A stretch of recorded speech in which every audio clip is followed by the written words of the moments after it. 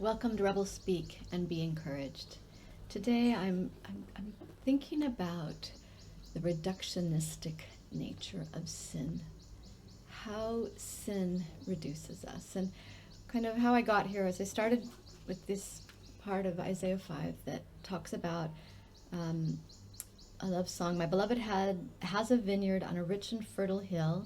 He plowed the land and cleared its stones and planted it with choice vines. And there's just this expectation of flourishing in life.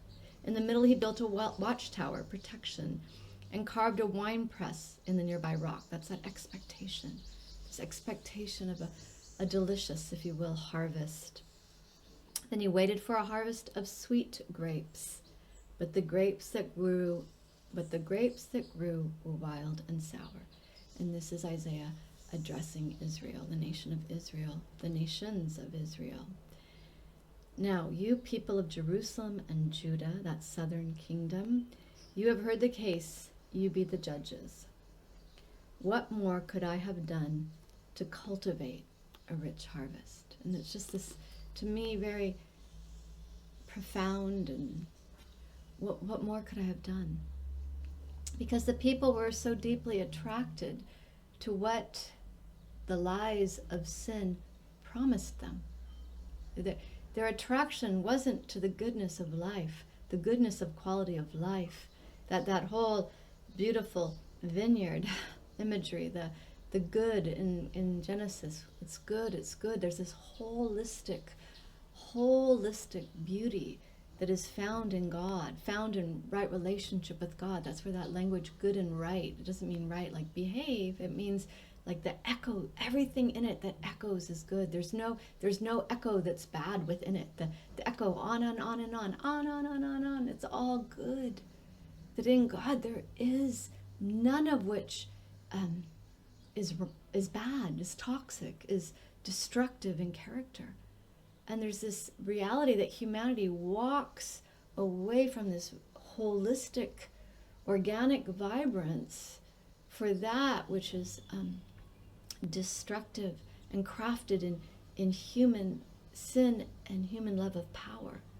We walk away from that imago Dei, the image of God in us, the image of God that is meant to look like God, to live in right relationship with God, where the echo of God is seen throughout our life, for this reductionistic falling in love with our own capacity for power. And I'm going to just flip on that to Genesis 2, where we meet the woman, right? The woman and Adam in the garden, okay? The man and the woman in the garden, and how the crafty serpent, this option, I love Greg Boyd's letters to a letter to a skeptic, really profoundly helped me think through this, that our humanity is choice. And I mean, maybe that's easy for you, but sometimes we think, couldn't God have just made a world where we didn't choose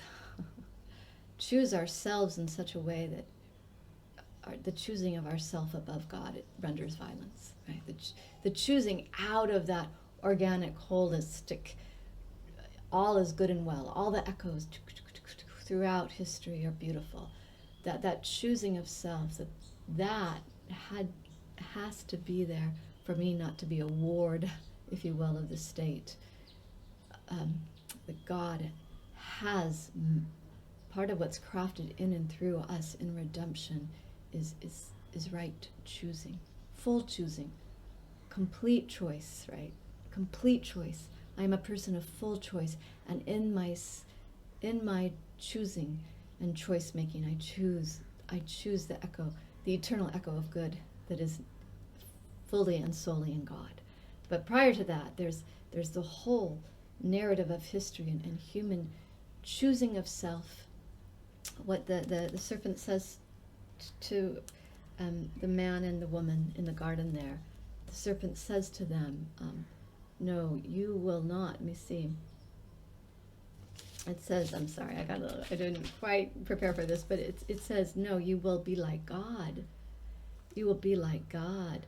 And God knows that your eyes will be opened when you eat it. You will become just like God, knowing everything, both good and evil.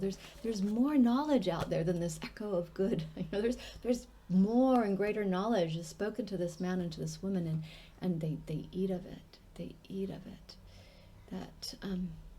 That deep distrust. But immediately upon that eating, the echo of good ends. There's shame. Right, there's shame and there's blame. Let me see, I wrote some notes here. Let's see. There's shame and there's blame. There's hiding from God. I don't want to be, that pulling away from relationship with the center of creation, the whole of creation, the good of all that's good and right. It's found in God. There's that pulling away from the good. There's pulling away from the right. There's blame and just blaming the woman, blaming the serpent for tricking me. And then there's reductionism. That's what I want to say. There's reductionism. The masculine is reduced to that which provides. And Eve is then named. She's named. She's not been named Eve prior. After that moment, there's a naming, and the name of her is reducing her. There's this reductionism to her procreation. That instead of what they are, this beautiful thing that they are together, right? She's just about what she can, instead of what they can do together, she becomes what the man cannot do. She's reduced. There's this reductionism that gets set in the relationship that, I don't know, it's just that, that's just that word, reductionism. That something as we get drawn to that which is not good, and we deceive ourselves into believing that it's good, that there's freedom. Me being about myself, me being about a more empowered version of me than who I am in the presence of God, reduces me to that very exploration of a self removed from the goodness of God. And we're drawn to that which doesn't flourish us. See, when God says, what could I have done for my vineyard? The problem was that the vineyard was consistently and constantly drawn to that which didn't flourish the vineyard. It didn't make it the delicious fruit that it was meant to be. And our humanity is poised, okay, it's poised to be beautiful. Not reductionistic, not I'm just my abilities, I'm just my lack of abilities, I'm just my sexuality, I'm just my strengths, I'm just my weaknesses. I think you see that so much. When Marx makes economics the sole source of how we understand and consider power, it's just so deeply reductionistic of I want to say myriad gifting that we all walk in. Myriad gifting, myriad beauty. No, there's this reductionistic. We're gonna minimize human worth. We're gonna minimize human value to what? Bottom line. How coarse, how crass. But also how dishonest. How quote unquote level playing field that's now just Grand Canyon holes to fall into and twist your ankle and destroy the beauty that is in you, the goodness and the livelihood and the yearnings and longings that are oh so much more. So how is that to be encouraged? It's be encouraged to say that in God is rightness. I want to say that shalom. That's what I want to say. In God is this shalom that echoes good. It echoes good. When we find ourselves how we are and who we are in that good and right of creation, that good and right in creation, all that reductionism, all that phony lying that makes you small you with these distinctions. Here, I'm this distinction, and I genuinely believe that people much younger than my own children, are living in an age where you're so named by your distinctions and distinctives, and then power, right, power is about those distinctions. It's about those distinctives. When in the garden, goodness isn't about power. It's not about power. It's not about power. There's the man and there's the woman, and they're better they're better. They're fully a part of one another. They're not the roles they serve. They're not the roles they serve. I think one place I see that is with Abraham and Sarah. That it's not just Abraham's sperm that makes Isaac. And they don't get that. There's an end that they're pursuing that's born, understood via this lens of reductionism. So let's just get, I can't think of her name, but Ishmael's mom, and I love studying her too, and I'm Hagar. Let's just get her to have the baby and the story's done. But that's not the story.